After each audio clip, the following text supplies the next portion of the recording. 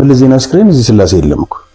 የመለስ አሟሟት አነጋጋሪ ሆኖ አልፏል። ሲአይኤ በጨረር መጥቶ ገድሎታል የሚሉ አሉ። ለማስረጃም የሚያቀርቡት በካምፕ ዴቪድ ስብሰባ ወቅት አጠገቡ የነበረው የጋናው ፕሬዝዳንት ዶክተር አታ ሚልስ ከመለስ ጥቂት ቀደም ብሎ በመሞቱ ነበር። ለመለስ የተረጨው ገዳይ ጨረር አታ ሚልስንም ነክቶ ገድሎታል ብለው ይጠረጥራሉ። ዳሩ ግን ሲአይኤ መለስን ለምን ይገድለዋል? መለስ የአሜሪካ ታማኝ ተባባሪ ነው፣ መለስን የገደለው የአበበ ገላው ድምጽ ነው ብለው የሚከራከሩም ተደምጧል። በእርግጥ አበበ ገላው ካምፕ ዴቪድ ስብሰባ ላይ በከፍተኛ የተቃውሞ ድምጽ መለስን ማስደንገጡ ትኩረት የሳበ ዜና ለመሆን በቅቶ ነበር። መለስን ለሞት አብቅቶታል ተብሎ ግን አይታመንም። የመለስ አደነጋገጥ አስቂ ቢሆንም የአበበ ገላው መብረቃዊ ድምጽ ደግሞ ማንንም ቢሆን ሊያስደነግጥ የሚችል ነበር። ቃላቱ የተስፋዬ ገብረአብ ዘብሔረ ኦሮሞ ወኤርትራ ናቸው። የስደተኛው ማስታወሻ በተሰኘው መጽሐፍ ውስጥ ይገኛሉ። ዛሬ ከዚህ የተስፋዬ መጽሐፍ ገጾች መሃል የመለስ ሞት ሰሞን የተሰሙ አጋጣሚዎችን የሚያትት እየፈለግን እንጨዋወታለን። እነሆ በተስፋዬ ብዕር እኒያን ልዩ ቀናት እንመልከታቸው። ገና ከመነሻው መተካካት የተባለው መርሃ ግብር የተነደፈ ከመለስ መታመም ጋር ተያይዞ ነበር። የመተካካቱ ፕሮግራም አቅጣጫ ቢስ ለመሆን የበቃውም ድብቅ አጀንዳ ስለነበረው ነው። በጥንት ዘመን መሪዎች ሲሞቱ አሽከሮቻቸው አብረው ከነህይወታቸው ይቀበሩ ነበር። መለስ ጓደኞቹን ወደ መቃብር ይዞ ባይወርድም በመተካካት ስም ያልፈለጋቸውን ገለል ለማድረግ ሞክሮ ነበር። የመተካካት ወሬውን ተከትሎ የመለስ ጤንነት በፍጥነት እያሽቆለቆለ ሄደ። የጤንነቱ መበላሸት በውጭ ሀገራት ሚዲያዎች መነገር በጀመረ ሰሞን መለስ የፖለቲካ ቢሮ አባላቱን ሰብስቦ ታምም ያለው ደክሞኛል አሳርፉኝ ሲል ጠየቀ። ሌላ ሰው ይተካኝ የሚል ንግግር ከአንደበቱ ሲሰማ የመጀመሪያው ነበር። መለስ በሕይወት እያለ ስልጣን ያስረክባል ተብሎ የሚገመት ስላልነበር የፖለቲካ ቢሮ አባላቱ ግራ መጋባታቸውን ለታማኝ ወዳጆቻቸው አጫውተዋል። ለነገሩ ከህወሓት መከፋፈል ወዲያ የኢህአዴግ የፖለቲካ ቢሮ ሚኒስትሮች ቀዳዳ በዝቶባቸው ነበር። እድሜው አጭር መሆኑን ለመለስ እቅጩን የነገሩት የቻይና ሐኪሞች ናቸው ይባላል።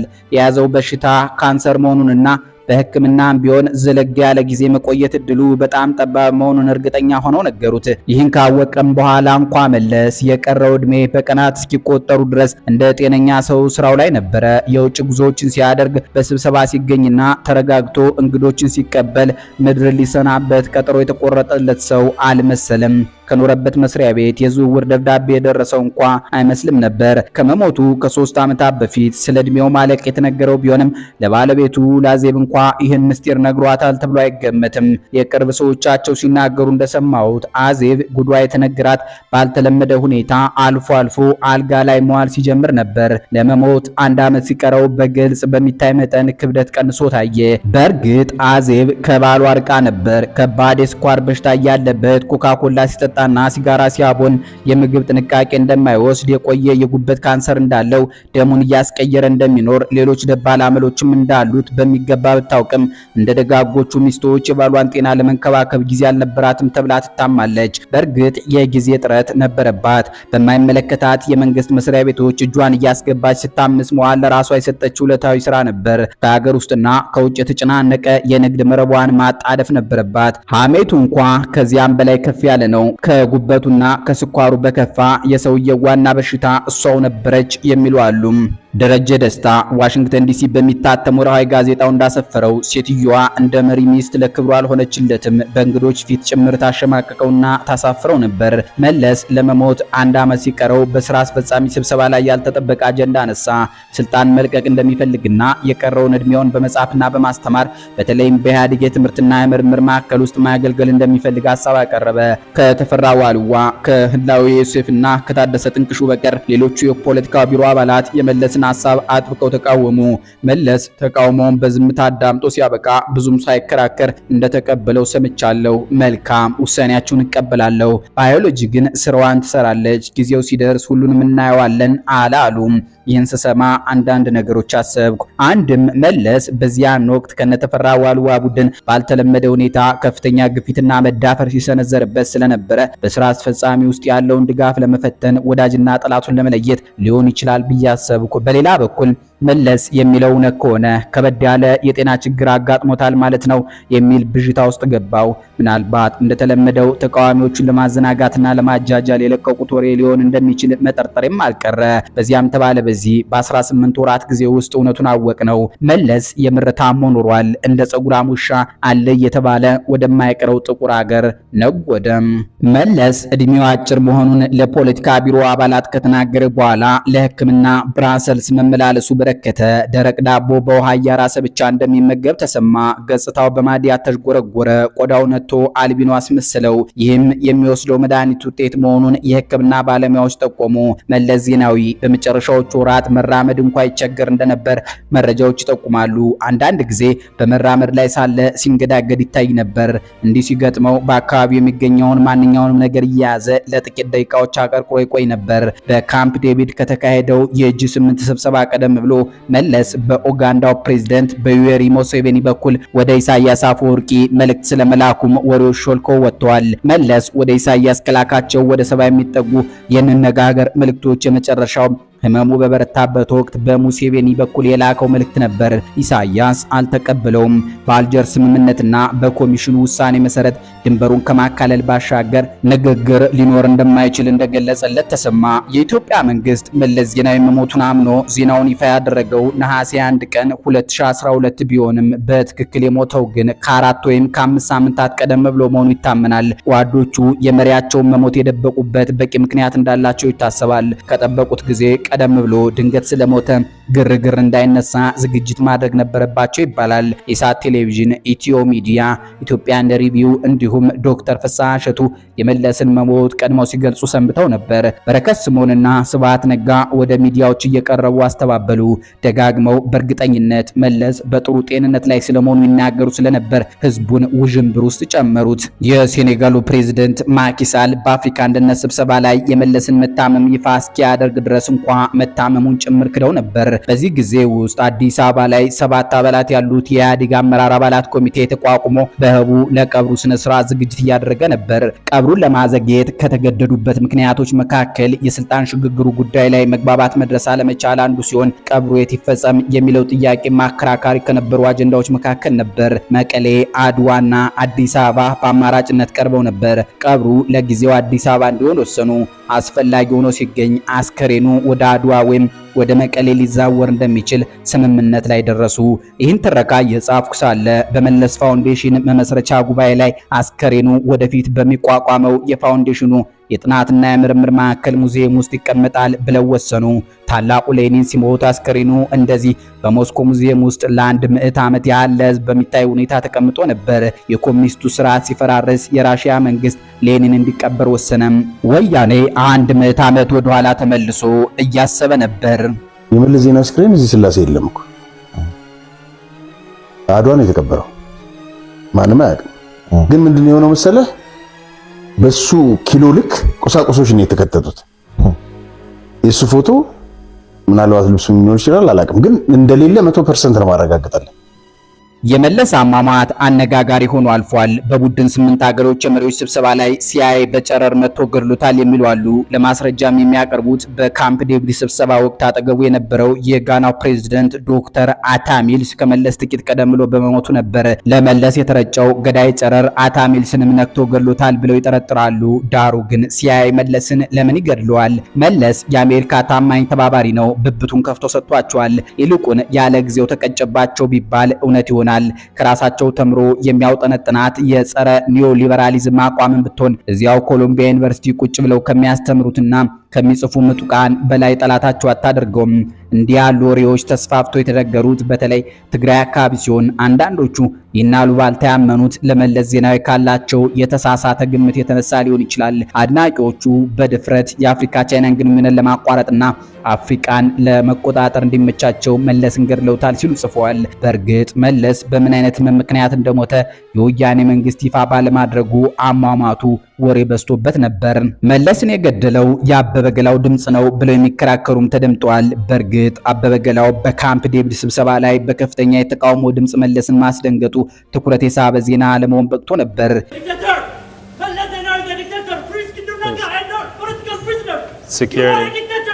መለስ ለሞት አብቅቶታል ተብሎ ግን አይታመንም። የመለስ አደነጋገጥ አስቂ ቢሆንም የአበበ ገላው መብረቃዊ ድምጽ ደግሞ ማንንም ቢሆን ሊያስደነግጥ የሚችል ነበር። በእርግጥ ከመለስ ሞት ጋር በተያያዘ የጋዜጠኛ አበበ ገላው ስም በታሪክ ውስጥ መወሳቱ የማይቀር ይሆናል። አበበ ገላው መለስን በካምፕ ዴቪድ ስብሰባ ላይ ካስደነገጠው ወዲያ መለስ ድምፁ አልተሰማም፣ እንዳቀረቀረ በዚያው ነጎደ።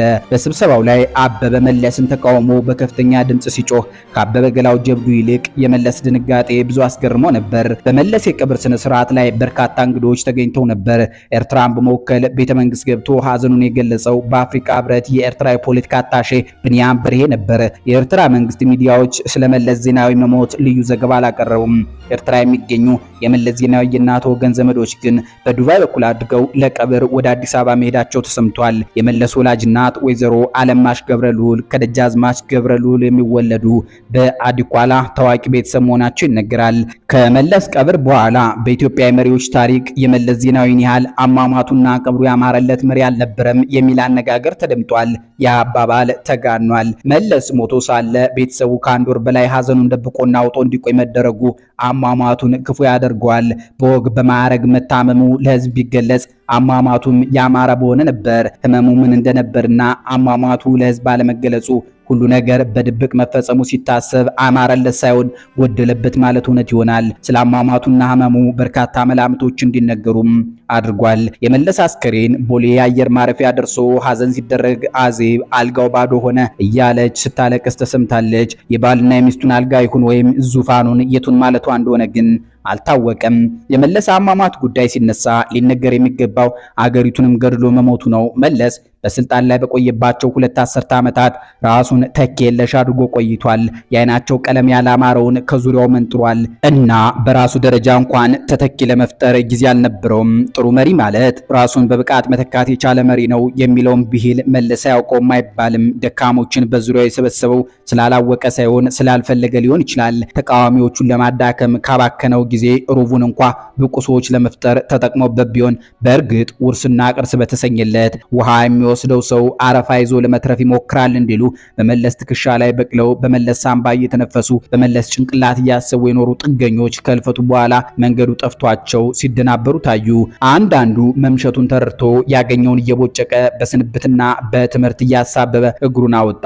ባለቤቱ መንገድ ላይ እንደሞተበት ታማኝ ፈረስ የመለስን መመለስ የሚጠብቅም አልጠፋም። ሚስትና ልጅን የአሜሪካ ወይም የካናዳ ዜግነት ማስያዝ እንደ ብልህነት ታየ። መጨረሻው ስደት ከሆነ ትግሉ ለምን አስፈለገ የሚል ጥያቄ የሚያነሳ አልነበረም። የመለስን መታመምና ረፍት ተከትሎ በርካታ ባለስልጣናት መሸሻቸውን ሲያዘጋጁ ታይቷል። በድብቅ የአሜሪካ ዜግነት ይዞ ከፍተኛ የፖለቲካ ስልጣን ላይ የኖረ ሰው አሜሪካን ሀገር ላይ አምባሳደርነት ሲሾም ተጋልጧል። አሜሪካኖች እንዴት የኛን ዜጋ ትሾሙብናላችሁ ብለው ቢጠይቁም ሹመቱን ግን ተቀብለውታል። ይህ የአንድ ሰው ታሪክ አይደለም፣ የኢትዮጵያ መሪዎች ስብስብ ናሙና ነው። ከመለስ አሉታዊ ውርሶች መካከል የሚመደብ ነው። የመለስ አስከሬን በኢትዮጵያ ባንዲራ ተሸፍኖ መታየቱ የተቃዋሚ ጋዜጠኞችን ትኩረት ስቦ ነበር። መለስ በአንድ ወቅት ጨርቅ ብሎ ያጥላላው ባንዲራ በመጨረሻ ለክብሩ ሆነለት ሲሉ አብጠለጠሉት። መለስ የተናገራት ባንዲራ ጨርቅ ነው ንግግር እስከ መቃብሩ ተከትላ ወረደች። አስታውሳለሁ በወቅቱ ጳውሎስ ኞኞ ረጋ በሉ ባንዲራ በእርግጥም ጨርቅ ነው የሚል መጣጥፍ አዲስ ዘመን ጋዜጣ ላይ ቢያስነብብም እንኳ ጩኸቱ ሊረግብ አልቻለም ነበር። መቼም ለፕሮፓጋንዳ ተመቸችና ተጋነነች እንጂ ባንዲራ ጨርቅ መሆኑ እውነት ነው። ደርግ ቀደም ብሎ ወያኔ በባንዲራችን ማሽላ ቋጠረበት ብሎ ቀስቅሶበት ስለነበር ተገጣጠመ። በእርግጥ በትግሉ ወቅት የህወሓት ታጋዮች በባንዲራው የማሽላ ዱቄት መቋጠራቸው ውሸት አይደለም። በህወሓት አመራር ትዕዛዝ የተደረገ ግን አይመስለኝም። የህወሓት የገበሬ ሰራዊት ከተሞችን ሲቆጣጠር በየቀበሌው የተከመረ ባንዲራ አገኘ። ቀለባቸውን የሚይዙበት የከረጢት ችግር ስለነበረባቸው ተጠቀሙበት። ባንዲራዬ የሚሉት የህወሓትን ባንዲራ ስለነበር የኢትዮጵያው ባንዲራ ጨርቅ ቢመስላቸው የሚያስደንቅ አልነበረም። የሆነ ሆኖ ባንዲራ ጨርቅ ነው የሚለውን አባባል ለመጀመሪያ ጊዜ የተናገረው መለስ ዜናዊ አይደለም። መለስ እንደ ሀገር መሪ ባንዲራን ማጥላላቱ ከፋ እንጂ እንግሊዛዊው ባለቅኔ ስቴፈን ቪንሰንት በአንድ ወቅት እንዲህ ብሎ ነበር። ባንዲራ ጨርቅ ነው፣ ገንዘብ ወረቀት፣ ቃል ማለት ድምፅ ነው፣ ነፋስ ነው ህይወት። ተስማምተን ደንግገን አጽድቀን በአዋጅ ማንነታቸውን ለወጥናቸው እንጂ። የመለስ የቀብር ስነ ስርዓት ከሰሜን ኮሪያ የተኮረጀ ነበር። የኪም ጆንግ ኢል የቀብር ስነ ስርዓት ሲፈጸም የሰሜን ኮሪያ ቴሌቪዥን ወፎች ሳይቀሩ በታላቁ መሪ ሞት አዝነዋል ሲል ገልጾ ነበር። ሲኤንኤን ታዲያ በቀዝቃዛ አየር ምክንያት ተኮራምተው የተቆራመዱ ወፎችን በቴሌቪዥን እያሳየ ያላገጠ በመለስ ቀብር ተመሳሳይ ነበር የተፈጸመው። ጎዳና ተዳዳሪዎችን ሳይቀር በቴሌቪዥን እያቀረቡ አባታችን እያሉ እንዲያለቅሱ አስገደዷቸው። የመለስ ቀብር ብዙ ሽሙጦችን ለመውለድ በቅቷል። አቤቶ ክቻው ባሽሟጣጭ ብሩ አላገጠ። አንዱ የጎዳና ተዳዳሪ ወደ ጎዳና የወጣ ነው አባታችን መለስ ዜናዊን ተማምነን ነበር፣ እሳቸው ከሞቱ እንግዲህ ምን ይደረጋል፣ ወደ ቤታችን እንመለሳለን አሉ ይባላል። ታማኝ በየነ ኢሳት ሬዲዮ ላይ ከመሳይ መኮንን ጋር ባደረገው ቆይታ የመለስን ሞት አስመልክቶ ሲናገር የተደበላለቀ ስሜት ነበር የተሰማኝ አለ። አያይዞም ማከለበት ደንግጫለሁ፣ አዝኛለሁ። ኋላ ግን በአቶ መለስ አገዛዝ የተገደሉትን አሰብኩ። አቶ መለስ 57 ዓመታቸው ነበር። ነብዩ ግን በ14 ዓመቱ ተገድሎ እናቱ ሀገር ጥላ ወጥታለች። ያሰፋ ማሩ ልጆች አባታቸውን አልቅሰው የመቅበር ዕድል አጥተው ተሰደዋል። ሲያ ብርሃና ብርሃኑ ነጋ በተመሳሳይ ለአውራምባ ታይምስ አዘጋጅ ለዳዊት ከበደ በሰጡት ቃለ መጠይቅ የተሰማቸውን ገለጹ። ብርሃኑ ነጋ በጣም አዝንለታለሁ አለ እና አብራራ። ፍጹም ኋላ ቀር የሆነ አምባገነንነትን ግርሻ ተሸክሞ የጊዜውን ዘመናዊ አስተሳሰብ ሳይቀበል የሞተ አሳዛኝ መሪ አድርጌ ነው የማየው። ሲዬ በበኩሉ የመለስን እልፈት ስሰማ በጣም ነበር ጸጥ ያልኩት ሲል ለዳዊት ነገረው። አብሮ ካንተ ጋር ያደገና የቆየ ሰው ሲያልፍ የፖለቲካ ልዩነት ስለተፈጠረ ተብሎ ያንን በሙሉ ማጥፋት መርሳት አይቻልም። ሰዎች ነን። የተሰማኝ ስሜት መረበሽ ነው። አዲስ አበባ ላይ ሆነው ቃለ መጠይቅ የሰጡ ምን ያህል የልባቸውን አውጥተው እንደተናገሩ በእርግጥ ማወቅ አይቻልም። ጋዜጠኛ ሳምሶን ማሞ እንዲህ ሲል ተሰምቷል። አገራችንን በዓለም ደረጃ እንድትታወቅ ያደረገ መሪ አጣን። ጠረጴዛ ላይ የተኛ የሚመራ መሪ ኢትዮጵያ ውስጥ አላየንም ነበር። መሐመድ አላሙዲ ቀኝ እጅን እንዳጣው ነው የሚቆጥረው ብሎ ሲናገር፣ ብርቱካን ሚደቅሳ የአሜሪካ ሬዲዮ ላይ ቀርባ ተስፋ ሰጭ መሪ አልነበሩም ማለት አልችልም፣ ግን ደግሞ ያንን ተስፋ ከዳር ያደረሱ መሪ አልሆኑም፣ በመሆኑም ያሳዝናል አለች። ጋዜጠኛ ኤልያስ ክፍሌ የመለስን ሞት አስመልክቶ ድረገጹ ላይ ባሰፈረው ጽሑፍ አምባገነኑ የጫት ሱሰኛ መለስ ዜናዊ ሲል ገለጸው። በተመሳሳይ ክንፉ አሰፋ በድረገጹ ላይ ባሰፈረው ጽሑፍ አቶ መለስ የሚቃወሟቸው ወገኖች ላይ ከህገወጥ ግድያ ባሻገር የሞት ቅጣት ሲያስወስኑ ሰንብተው ሞት ከፈረዱባቸው ሰዎች ቀድመው ነጎዱ ሲል ተቸም። አርቲስት ትዕግስት ወይሶ ጥቁር ለብሳ እያለቀሰች በቴሌቪዥን የተናገረችው ግን መለስን የአገር መሪ ሳይሆን የጎዳና ተዳዳሪ አስመስሎት ነበር። እንዲህ አለች። የመለስ ነገር ተወርቶ የሚያልቅ አይደለም። ብዙ መከራ ነው የተሸከመው። ለመልኩ አይጨነቅም፣ ለነፍሱ አይጨነቅም። በቀን ውስጥ ምን ያህል ጥሩ ምግብ እያገኝ እንደነበር እንኳ አይታወቅም። ጸጉሩ ተንጨባሮ ታየዋለህ። ቀበቶውን ሳያስር እንኳ አይቼዋለሁ። አበቃን። ሰላም ይስጥልን።